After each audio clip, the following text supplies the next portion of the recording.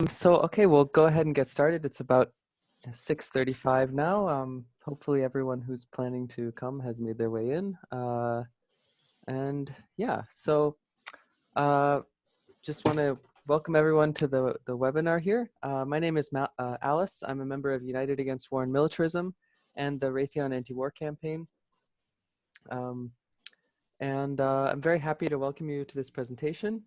We'll be talking about the work that the Raytheon Anti-War Campaign has been involved with and the war in Yemen, the current situation, and a bit of the history. This presentation is the fourth in a regular series we've been organizing. Our previous one, which if you missed it, I would highly recommend you check out, was a very interesting presentation by Danny Sherson called Raytheon and the West Point Mafia that runs Washington. So that's up, I think, on the Mass Peace Action YouTube channel. So if you have a chance, definitely check that out. Really, really interesting. So the Raytheon Anti-War Campaign is a coalition in the Boston area working to oppose the notorious war profiteer Raytheon. We have a special focus on the role that Raytheon weapons are playing in the war in Yemen, which is something you'll hear a lot more about tonight. And I think this is really important because unfortunately to many people in the US, the wars in Yemen or Afghanistan can seem remote and distant, and it's all too easy for people to ignore them and fail to see them as the urgent humanitarian, political, and social problems that they are. As Jen will talk about in the presentation, there are obvious effects that the war in Yemen has on the Yemeni people, who are suffering immensely before even the added burden of the coronavirus epidemic was sort of laid on top of the whole situation. But as we can see also right now here in the US, there's a real cost to this militarism and of prioritizing military spending above all else. So, I don't think it's an exaggeration to say that if we aren't actively opposing US militarism and US empire, we're not going to be able to really address the other facing, serious social issues that we're facing right now, climate change and so on. So targeting Raytheon gives us a way to make that big global issue connect right here to Boston and confront people more as a local issue. Raytheon is the second or third largest defense contractor in the US, and it's headquartered just north of Boston. It's playing an active role in the war in Yemen. And there were some recent articles in the New York Times that showed kind of how this is going on. Right now, the current US Secretary of Defense is a Raytheon lobbyist. So there's a lot that we can connect to in our campaign. Our kind of broad goals are to build public pressure to stop Raytheon's weapon sales to Saudi Arabia and to the Saudi-led coalition, which is carrying on the war in Yemen. As part of this, we have done a lot of different protest actions, educational events like this one, and campaigns to really oppose Raytheon's efforts to whitewash its image, which is a big part of how it flies under the radar. So the Raytheon Anti-War Campaign is composed of a number of local peace and anti-war groups, and we're always looking to work with more people, with new groups and new individuals. So if you're getting involved, definitely reach out and also kind of hear a few ideas about how to do that. If you're in the Boston area this weekend, Saturday, 1 p.m. at the Fresh Pond Shopping Center in Cambridge, there's going to be a protest. We'll be doing, good social distancing stuff, gloves and masks and everything, standing 6 feet apart. But really, we want to make sure that we keep getting the message out there because they are still continuing to produce and sell weapons throughout this whole pandemic. Also, if you're involved in a group where you would like to talk about or learn more about the campaign or about the situation in Yemen with your group, we'd be happy to organize showing the same presentation that we're going to show tonight in other settings. It's kind of why we put it together. We're also going to be continuing this webinar series, so stay tuned for more interesting conversations to come. Okay, great. So we'll go ahead and get started. Jen's going to go through the presentation, and then afterwards we're going to have a question and answer session with a small panel of people who are participants in the campaign. So at any time during the presentation, you can use the question and answer If you go along the bottom in Zoom on the computer or on the phone, it's labeled Q&A. You can use that functionality to ask a question at any time during the presentation. And then at the end, we'll circle around and we'll go through them and answer them. And yeah, so I think with that, over to Jen. Thank you, Alice. And before I start sharing my screen, I just wanted to say that it takes a village to make a PowerPoint presentation, and I'm really indebted to all the panelists for their really in-depth knowledge of the situation in Yemen and the situation with Raytheon and just peace work in general. And also, we would be very interested in knowing how people heard about the webinar. So if you want to just put that into the, I don't know if you put it into chat or Q&A, that would help us know for future the best ways to get out the word about our activities. So again, thanks for coming, and I'm going to share my screen and start the show.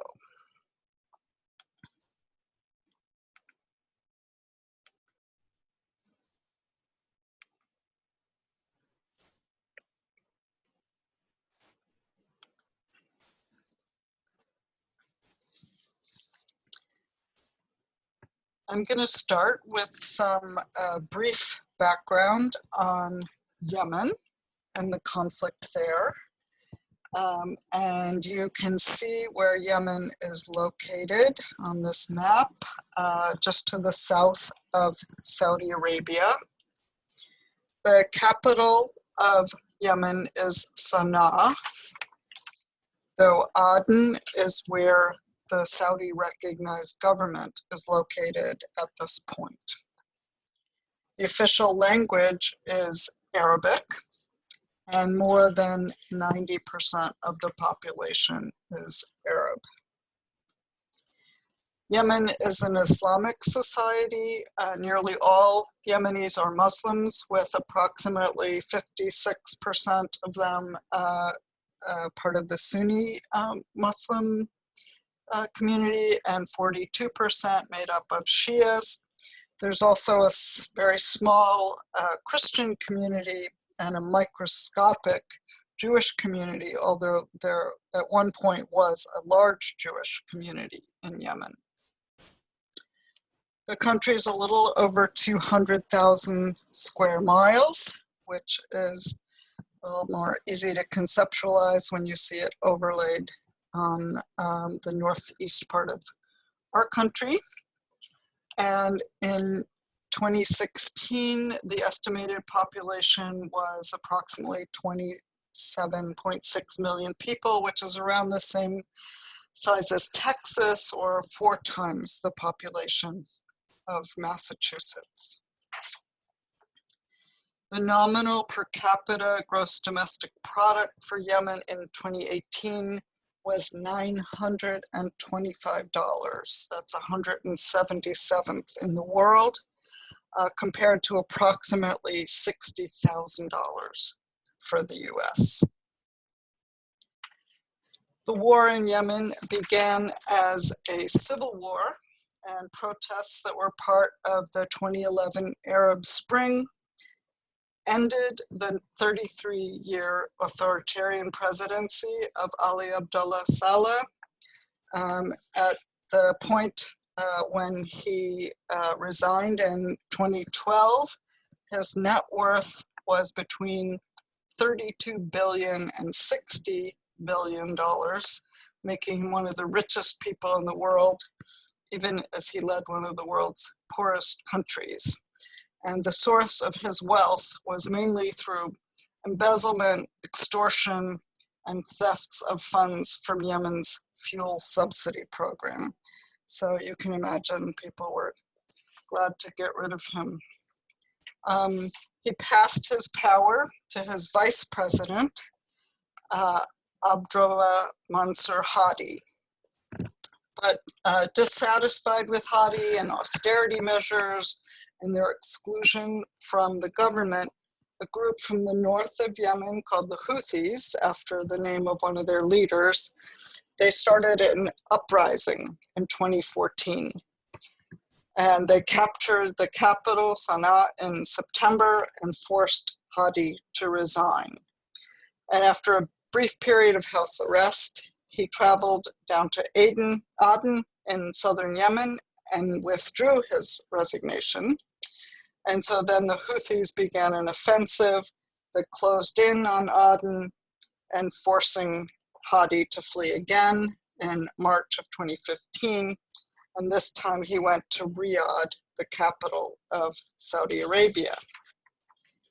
On the 26th of March of 2015, a coalition of Gulf nations led by Saudi Arabia and the United Arab Emirates, but including help from Egypt, Jordan, Morocco, Sudan, Kuwait, Bahrain, and Qatar, began what they called Operation Decisive Storm, which was a military intervention to defeat the Houthis and restore Hadi to power. And that war has been raging basically ever since, and it's now in its 6th year. The month the war began, the Obama administration announced that it would provide intelligence, logistical support, and mid-air refueling. Without authorization from Congress, the US military has helped the Saudi coalition plan their strikes and directly facilitated the war in Yemen since its very beginning. With a current estimated population of 30.5 million, Yemen was the poorest country in the Middle East before the war began, with almost half of the population living in poverty. And as you can imagine, 5 years of war has only made things worse. According to the UN, if the conflict continues much longer, Yemen will become the poorest country in the world.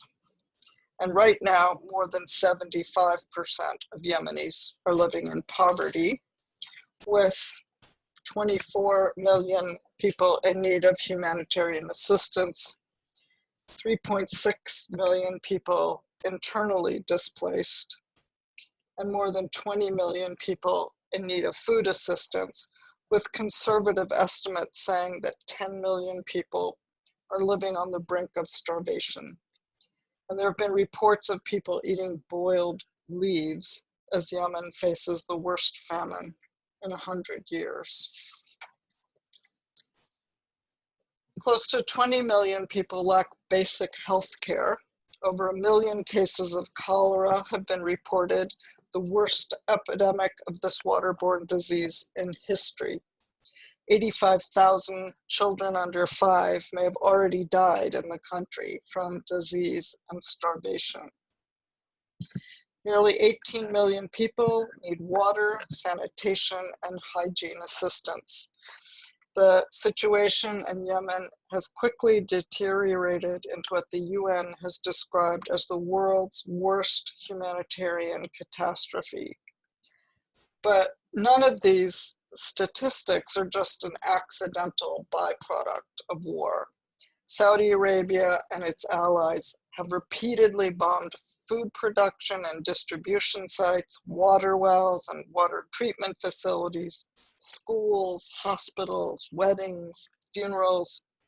So this coalition, led by the Saudis and supported by the US military, is intentionally using famine and disease as weapons of war. And the results are grim. 700 civilian deaths and 1,600 injuries in 2019 alone, and nearly 7,300 civilian deaths and almost 12,000 injuries since May 2015. At least 56,000 people are dead from airstrikes.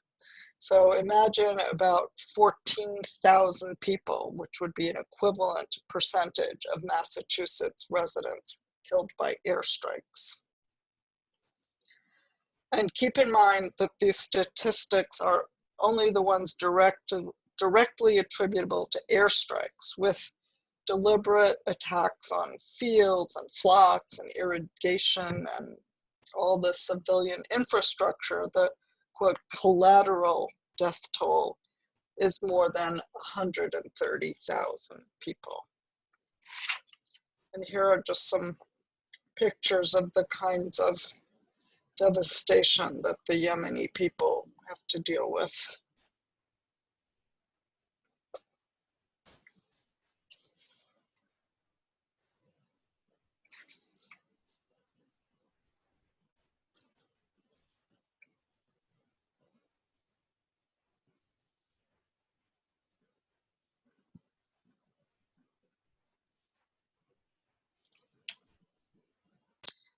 Despite the emergency in Yemen, the war was largely ignored by the mainstream media for years.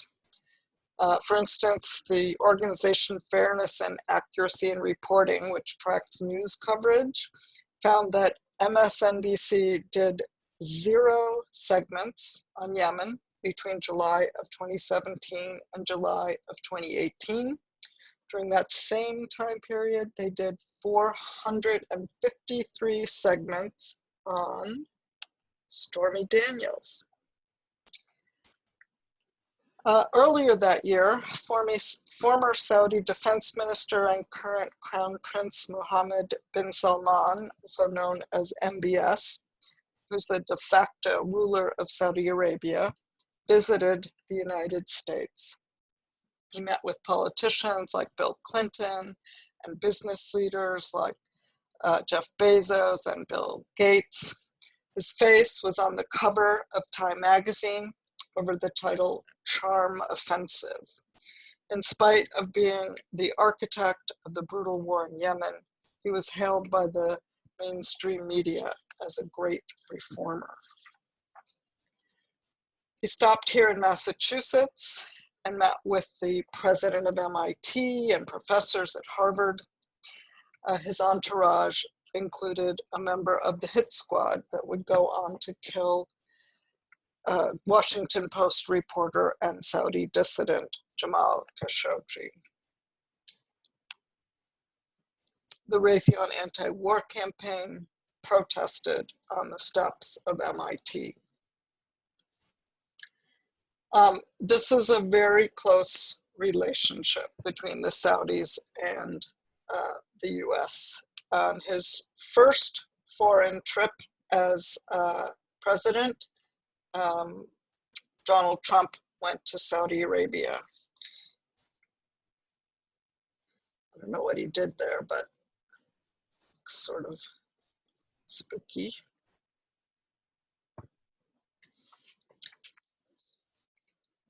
And in 2018, when they finalized these sales to Saudi Arabia, he focused on the alleged job creation aspect of it and ignored any human rights implications. The image of Mohammed bin Salman began to change in the summer of 2018. In August, a school bus was struck by a Saudi bomb, killing 40 children. And this also helped raise awareness in the US of our involvement. Obviously, the Yemenis already knew who was responsible for what was happening to them. A little over a month later, Saudi dissident and Washington Post columnist Jamal Khashoggi was murdered at the Saudi consulate in Istanbul, Turkey, and the media finally took notice. In November 2018, the US Senate passed a War Powers resolution to end US involvement in the Saudi war on Yemen. Though it failed to pass the Republican-led House, a bipartisan effort led by Bernie Sanders, Chris Murphy, and Mike Lee was able to reintroduce the bill in 2019, and the new Democratic-controlled House of Representatives passed the first war powers resolution since its creation in 1973. Unfortunately, President Trump vetoed that bill. And it's interesting to note that to date, Trump has vetoed 7 pieces of legislation, and 4 of them have had to do with arms sales to the Saudis and the war in Yemen. Airstrikes by the Saudi-led coalition are continuing. One strike in February 2020 killed more than 30 civilians and injured 12 others. Yemeni civilian casualties rose again in April, with 177 civilians killed or injured. And there's an additional source of chaos and destruction growing. The UAE supports the separatist Southern Transitional Council, or STC, while Saudi Arabia backs the Houthi government. And all of them are aligned against the, Iranian-aligned Houthis, but there's been rifts inside of the coalition sort of simmering for a few years. Last August, STC fighters seized control of Aden after a number of days of clashes that killed like 40 people and injured 260 and forced like tens of thousands of civilians to flee the city. And that actually prompted the coalition to target its own allies with airstrikes. So clashes like that have erupted again recently in the southern province of Abiyan between the Saudi-backed government troops and the UAE-backed separatists. And, this kind of fighting has just added another layer of complexity and suffering to this civil war. A 2-week ceasefire was announced on April 8th, 2020, as everybody was facing the inevitability of the arrival of the coronavirus in Yemen, but the ceasefire hasn't really stopped the violence.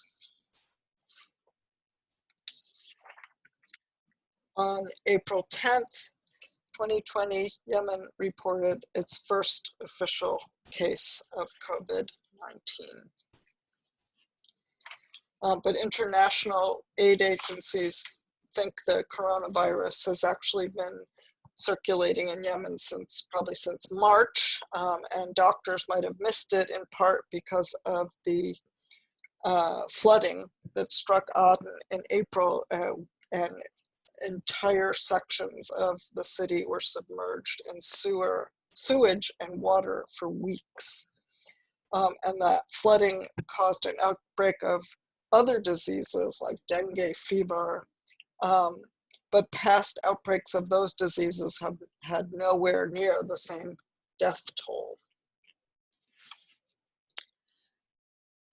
In spite of all this, the Trump administration canceled tens of millions of dollars in humanitarian aid in March after accusing Yemen's Houthi rebels of diverting and disrupting the aid. Only after an international outcry was it restored. President Trump then decided in April to withdraw funding for the World Health Organization, which plays a really big role in Yemen. And of course, critics say that those funding cuts are politically motivated, and it's all about US animosity toward Iran. As you can imagine, the current situation is catastrophic. Half of Yemen's healthcare facilities are dysfunctional. 18% of the country's 333 districts have no doctors. Water and sanitation systems have collapsed. The whole country has no more than 500 ventilators and 700 ICU beds. There's one oxygen cylinder per month for every 2.5 million people. The World Health Organization provided 6,700 COVID-19 test kits to Yemen, and is trying to procure more protective equipment and supplies. But those efforts have been hampered because of travel restrictions and competition with other countries. The head of Aden's Seoul Isolation Center said that deaths are rising daily, but nobody knows exactly why, because the health system is so ill-equipped to diagnose and treat people. The facility where he worked is often engulfed in darkness because it runs out of fuel for its power generators. And for weeks, it had no equipped laboratory and no special ambulance to bring coronavirus patients in. At another hospital, at their isolation center on April 6th, armed men threw grenades at the guards. And one humanitarian official was saying that fear of stigma may be leading fewer people to seek medical care when they need it. So the World Health Organization says its models project under some scenarios that half of Yemen's population of 30 million could be infected and more than 40,000 people could die.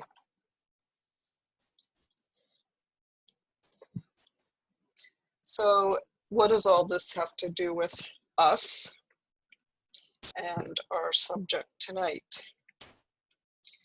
Well, the weapons that are being used to cause a lot of the suffering and starvation and disease and displacement and death in Yemen are being made by a company that is headquartered in Waltham, just outside of Boston. For instance, on August 25th in 2017, a laser-guided bomb fired from a Saudi military jet destroyed an apartment building in Sana'a, killed 16 civilians, including 5 out of 6 siblings from one family. The only surviving sibling was this 5-year-old girl whose eyes were so bruised and swollen that she had to open her eye with her fingers to see visitors at the hospital. In the building's rubble, local photographers found a fragment of the bomb with a series of numbers on it. And they sent a photo of the numbers to Amnesty International, and through research, the human rights group identified the device as having been made by Raytheon missile systems in Tucson. Fragments of missiles and bombs made in the US by Raytheon and other companies have been repeatedly discovered in the aftermath of airstrikes on schools, hospitals, markets, wells, and houses. They bear incriminating labels. And sifting through the wreckage, Yemenis have to find among the mutilated bodies of their countrymen and the children these shards of bombs that say made in the USA. So if these strikes on civilians were drive-by shootings, then America provided the car, the gun, the bullets, the map to the house, and then filled the gas tank on its way to the crime scene. Raytheon has just become twice as large through a merger with United Technologies, and it's now called Raytheon Technologies. As Alice mentioned, Mark Esper, a former Raytheon lobbyist, is now the Secretary of Defense. And I believe that when he was asked if he would recuse himself you know, when he was awarding weapons contracts in his role as Secretary of Defense, he said no. So here are some more things of interest about Raytheon and Saudi Arabia. In 2019, Raytheon earned about $29 billion in sales and employed about 70,000 people worldwide, about 16,000 of them in Massachusetts. They're the third largest public company in Massachusetts behind General Electric and TJX. And with the in 2018, it was the third largest military contractor in the world, but I think with the merger, it is probably now the second largest. And 69% of their 2019 sales revenue was from the US government, and more than 90% of their revenues are from military contracts. Every soldier in the US military is trained by Raytheon. And this relationship between Saudi Arabia and Raytheon is not a new one, nor an insignificant one. 5% of its net weapon sales come from the Saudis, and they're in the process of selling, I think, 60,000 more bombs to the Saudis and the Emiratis. The Saudis are coveted customers in the weapons industry as the largest arms importer in the world. In fact, their military budget is close to $70 billion, and that's behind only the US and China.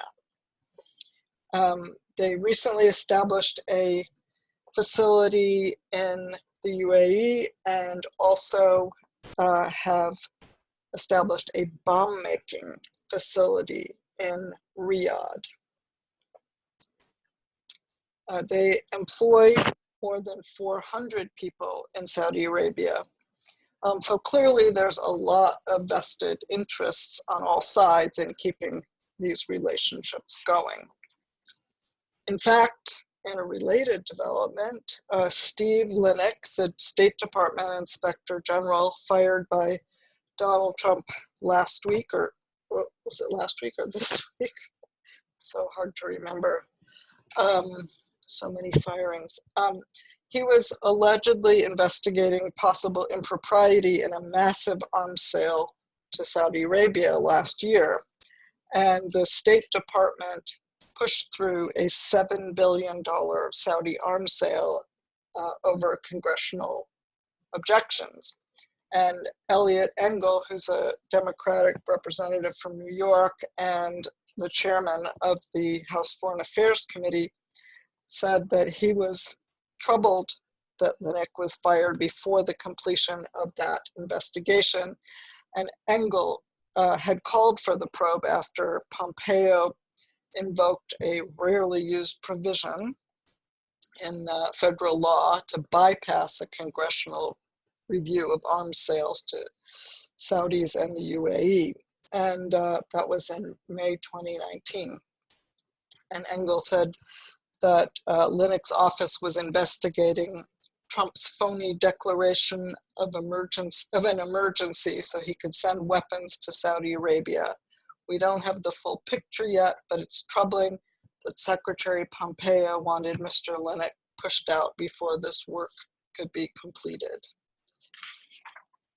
And as Alice mentioned, the front page of this past Sunday's New York Times featured a story detailing Raytheon's intimate involvement in promoting those Saudi arms sales.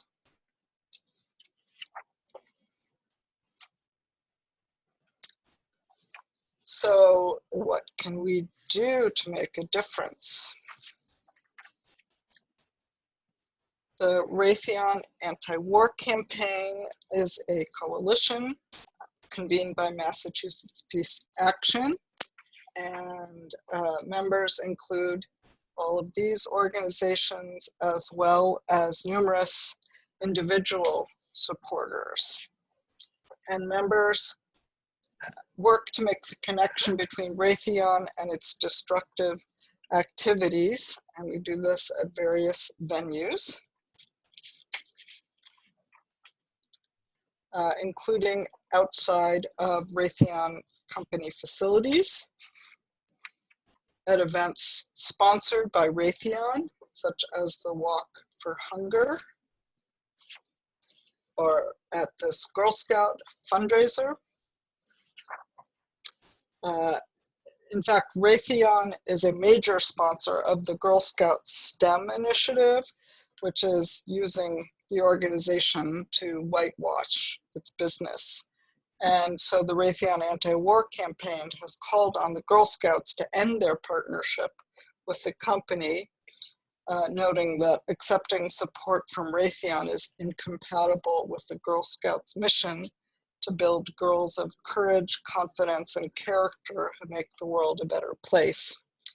And of course, we've noted to them that the problem with weapons industry is not that there aren't enough women leaders, but that leaders of the company, those companies profit from the death and suffering of people abroad.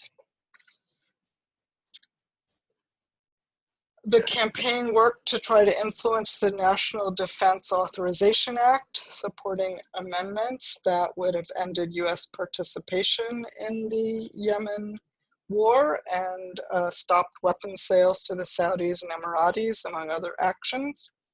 Unfortunately, these amendments, though passed in the House, were not included in the final version negotiated between the House and Senate. On the state level, we filed House Bill 2349, which would have required divestment of the Massachusetts pension plan from all stocks and other obligations of companies selling weapons to Saudi Arabia, which of course includes Raytheon, unless those companies announced within 30 days that they would not renew or enter into arms contracts.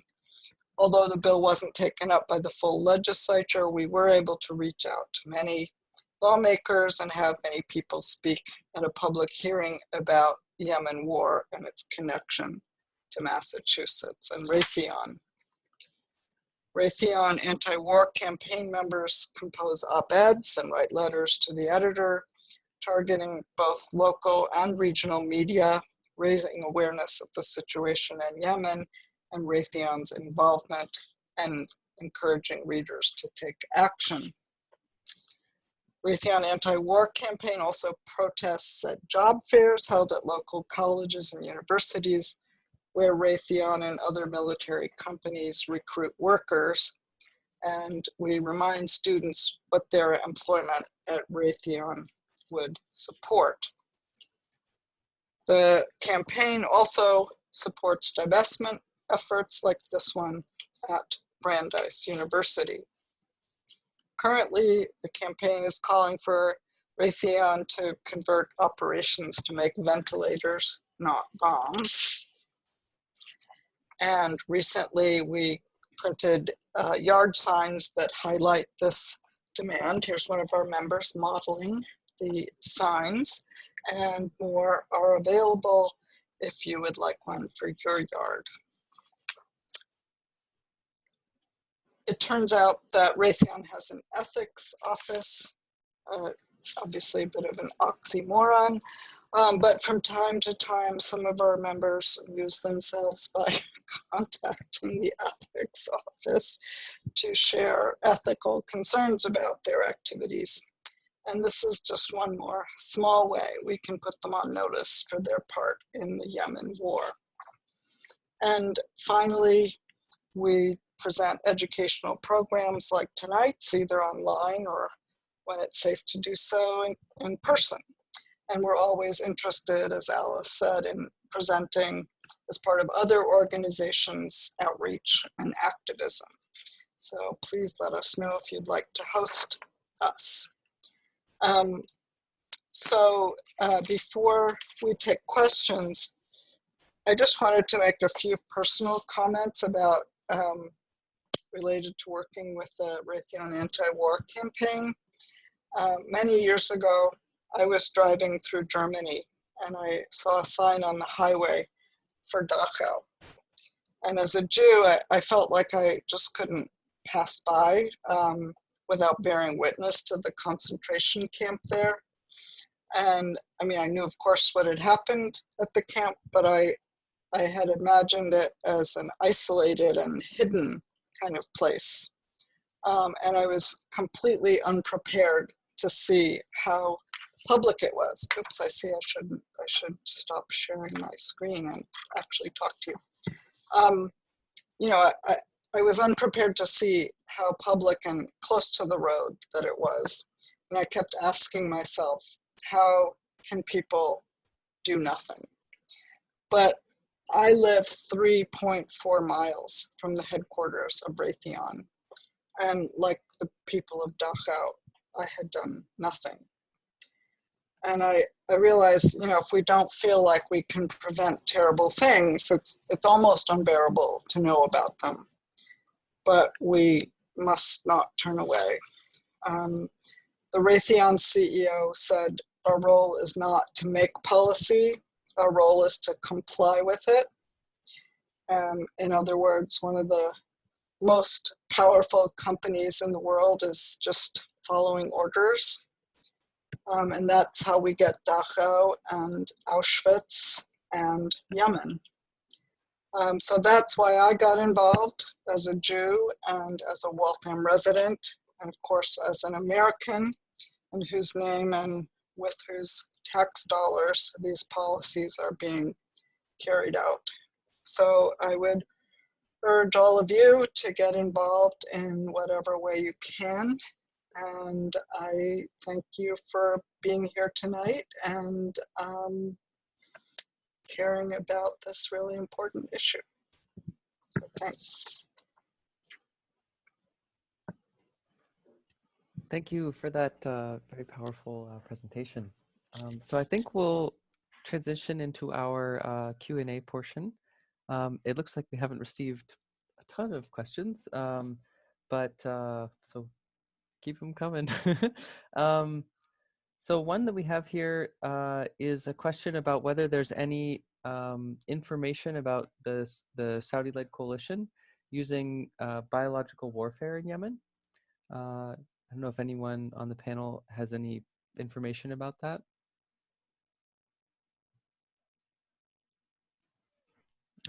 I think Richard wants to respond.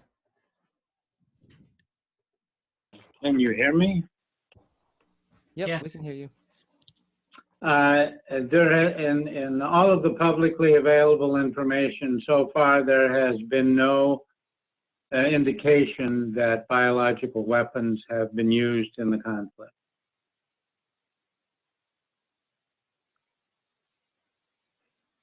Yeah, one thing I was thinking about with this question is if we look at maybe a slightly broader definition, not in the sense of a bomb that explodes and releases something like smallpox or something, but I think it's pretty clear that for the Saudi-led coalition, famine and intentionally creating conditions that lead to massive explosions of disease, like the cholera outbreak that Yemen is dealing with, that has been an explicit part of the war strategy. So in that sense, I suppose that's... Could I add to that? Can I add to that? Oh, sure. Active U.S. involvement began with the escalation of the war in 2015. And the only, in fact, research on the ground by both, mainly by Yemeni organizations, filtered through various international agencies, indicated that from day one, this is when the United States is refueling Saudi airplanes in the air. And of course, the U.S. has provided all of the Saudi airplanes and all of the bombs and so on and so forth. So, and it has aided with its satellites and all of its technology in selecting the targets. So the United States is just as involved as the Saudis themselves in the war planning and the targeting. And from the very beginning of the escalation of the war in 2015, during the first year of the war, the primary targets were not military targets. They were all civilian targets. And the number one target was fields of grain. The secondary targets were flocks and herds of livestock, irrigation, pumping wells, and irrigation channels, and the water system and the electrical system, which of course powers the sanitation system. Without the electrical system, you cannot produce clean water.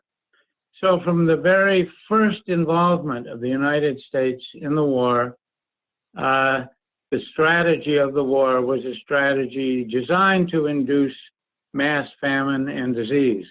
Of course, that's to sap the will of the population that's fighting the Saudis and the UAE, and to make it sap their will to fight and make it impossible for them to survive as long as they fight. But from day one, the strategy was famine and disease, and the U.S. was just as involved in that strategy as the Saudis. So good point, Alice. It's not a, technically speaking, a biological weapon, but the targets are the biology of sustaining life. Yeah, okay, so moving on with a few more questions. We had another question, something of a more organizational, practical question, which was how can peace activists in New York join these efforts to protest against Raytheon? Paul, did you want to respond to that? Sure. Thanks, Alice. Yes, to our knowledge, Raytheon itself does not have manufacturing plants in New York.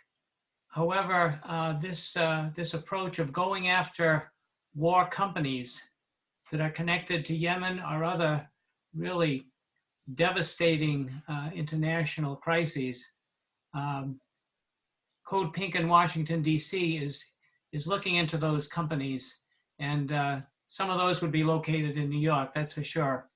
And so I guess what we would encourage is that people look at their local war makers, just as the climate movement is asking people to look at the companies that are involved in financing and actually conducting, building new pipelines and developing new sources of carbon-based fuels, that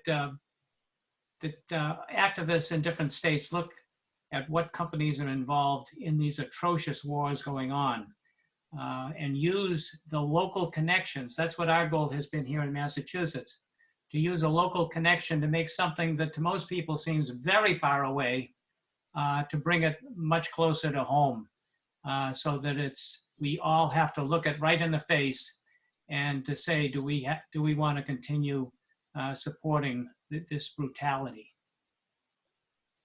Also, they can support all of the federal legislative efforts that were listed in the slideshow. And they can encourage, they could try to get involved in New York State legislative efforts regarding the corporate activities that Paul was speaking about. There are a couple of other questions here that in the New York Times today, talking about speculating that the de-escalation might take place between the US and Iran pending the election, that neither of those parties would like a big blow up before the US election. That seems to make sense. I mean, we don't have any other word for that than the Times, but that will probably not impact Yemen at all, since it's such a sideshow in terms of the US scene right now. It certainly, hopefully it will lead to the Saudis de-escalating in Yemen, but I don't think there's any particular reason for that. And then this other point that the US stopped providing in-flight refueling to the Saudi Air Force. That was officially announced a couple of years ago, actually.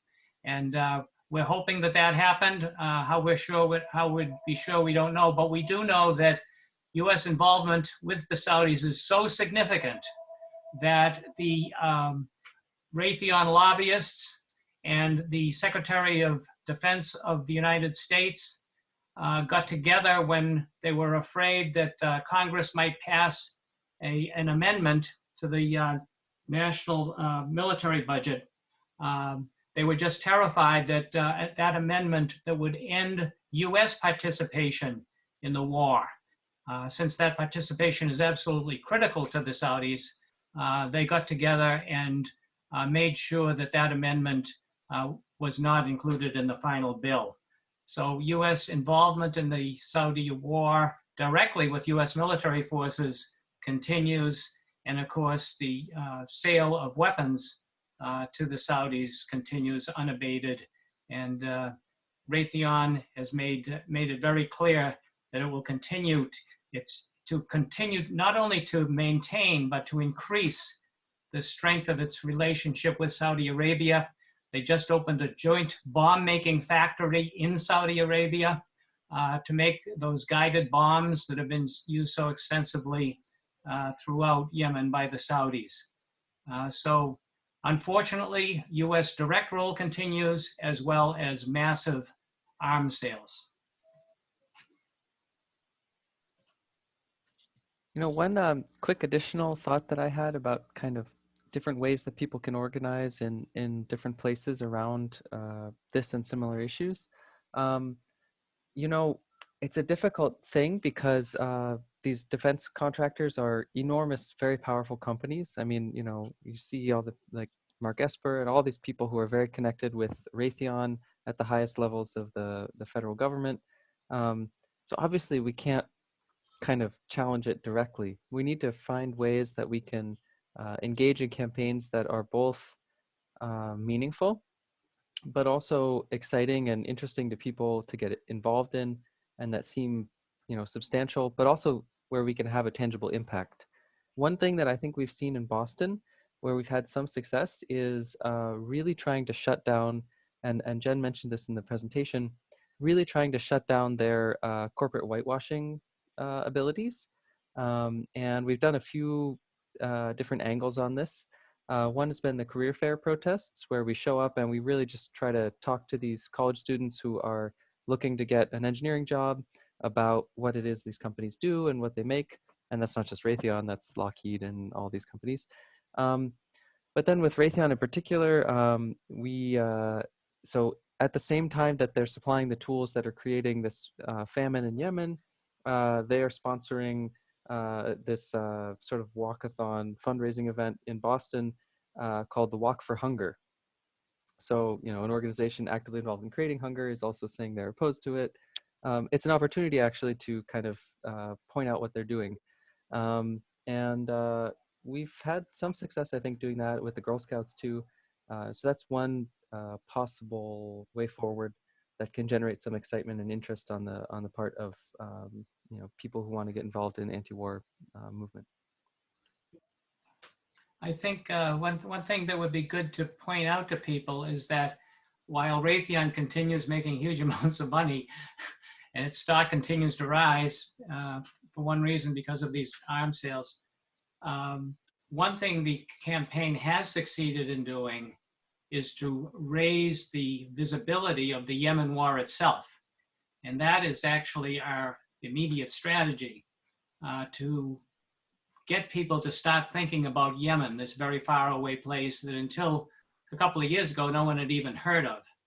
And so through our testimony in the State House and through our various activities, I think it can be said that throughout Massachusetts, there's a much greater awareness of that, of what's happening in Yemen, our involvement of it, and the need for us to stop that war. There's a very nice note here in the chat that there is a Yemen vigil actually run by the Catholic Worker in Thompson Square in New York. That vigil is in its 6th year. In addition, here in Massachusetts, there's a group of Veterans for Peace up in Andover that go to the Raytheon plant up there. And so there are people starting to get really concerned about Yemen throughout the country. And this is a very positive, situation developing. I'd like to add a hopeful note about the war that is not related to Raytheon. That is that you may recall from reading in the news that with the COVID outbreak around the world, oil consumption dropped dramatically. The price of oil plummeted. And this happened precisely at the time that Saudi Arabia was had a disagreement with Russia. Saudi Arabia wanted to reduce oil production in order to raise prices. Russia refused. And so to get back at them and win that debate, the Saudis started pumping extra oil, which drove down the price of oil to try and get Russia to agree to produce less oil. And so the Saudis had already driven down the price of oil before the COVID outbreak even happened. But once it happened, the price of oil plummeted. So Saudi revenues, the whole government, of course, depends 100% on the production of oil. All of its revenues come from oil. So the Saudi revenue has plummeted. And the war is costing them about $40 billion a year, the Yemen war, and they can't afford it right now. And that is why they called for a unilateral ceasefire recently, not because of the outbreak of the COVID, that's what they said, of course, but it was because they were having trouble affording to continue the high level of military operations. That continues to be the case. So there's one hopeful sign that at the moment it's extremely difficult for the Saudis to maintain a high level of bombardment of Yemen. I'd like to answer a couple of the questions. Am I coming through? There was a question about general divestment bills for the state level that are good examples for somebody in New Jersey. And I think ours is a great example. And it's House Bill 2349. I'm pretty sure you can still find it on the Massachusetts website. Otherwise, Brian and Paul can get it to you through the Raytheon anti-war campaign website. And there was a question about whether or not Raytheon headquarters is in Catherine Clark's district. It is, and how she has managed to walk the line in terms of her votes. And she was one of the people, I believe, negotiating on the National Defense Authorization Act. I don't know how strong an advocate she was for the things that would have disadvantaged Raytheon, but I don't think anybody's running against her. So I think she has, she may feel safe to do some good things. And finally, somebody asked if anyone has considered advocating for an update of Waltham Ordinance that would preclude any firm that sells military arms from getting building approvals, etc. That would be a very difficult thing to get to happen. So I can tell you as a member of Waltham Concerned Citizens that I don't think we would try that strategy just because, well, it would never pass. And also I don't even know where you would start with local ordinances at this level. So Anyway, it would be a nice thing, but I'm not sure that that would be the one thing that we would focus on. We are a member of the Raytheon anti-war campaign, and we have had local vigils on Raytheon here. But thanks for that idea.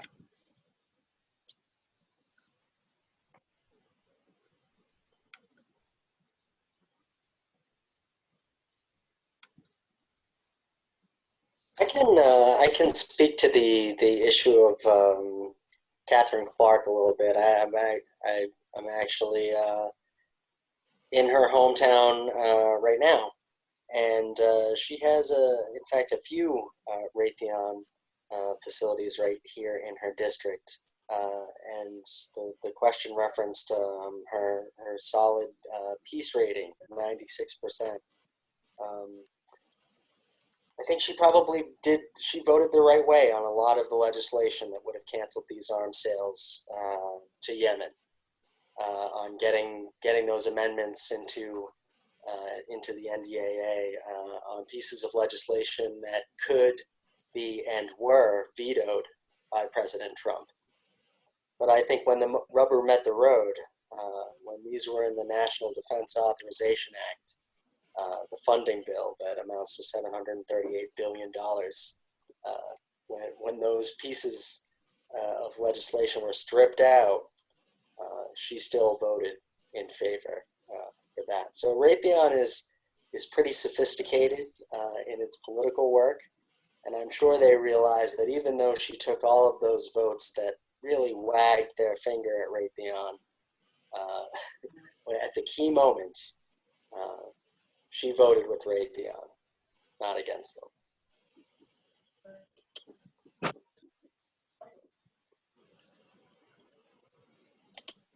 So I think it looks like we're sort of slightly out of questions here. Does anyone on the panel have any concluding remarks or thoughts they want to share? Well, just want to thank everybody for staying with us. I think you'll have to admit that the slideshow that Jennifer put together is just incredibly informative. As Alice said, we'd love to get it out to your church group or your social group or whatever, so that more and more people learn this information. And would especially ask everyone watching the program tonight, especially if you're in Massachusetts, to get involved with us in this campaign. Brian is going to send each of you a follow-up email letting you know about our yard signs that you could take, letting you know about our rally this Saturday at 1 o'clock at Fresh Pond, letting you know about various legislative initiatives we'll be trying, various public education events. Nobody can do everything, but we welcome you into the campaign. If you can respond when you get that email from Brian, we can keep you informed of all the different types of activity going on, and we hope that you'll get involved in whatever of those particular activities are up your alley, whether it's writing a letter to the editor, or whether it's coming to a rally or setting up a slideshow. Thanks very much. Are there any rallies coming up, Paul? Yeah, this Saturday, 1 o'clock at Fresh Pond. Look at that wonderful picture. We did it last Saturday. You notice we keep 6-foot distance between all of us. All of us are wearing our masks. Raytheon our defense workers have been considered a critical part of the economy that was not shut down during the lockdown. They continued making their weapons. And so as soon as we could here, we got out and making sure to obey the governor's orders, and also the wanting to support everyone trying to knock down this virus. We tried to make sure that people would not get too close to each other and that we all wore our masks. That rally will be repeated again this Saturday at 1 o'clock, right outside, right along the edge there, Fresh Pond Parkway, outside the Fresh Pond Shopping Center. There is a fantastic all 3-page article on Raytheon and Yemen and the Trump administration, which Jennifer recommended and noted in her slideshow. And that article, none of us ever thought such an article would be printed in the New York Times and take up so much space, but it's just loaded with important information about Raytheon's role in continuing that war in Yemen. So thanks, everybody. Thank you very much. Yeah, thanks for tuning in, and thanks to everyone on the panel.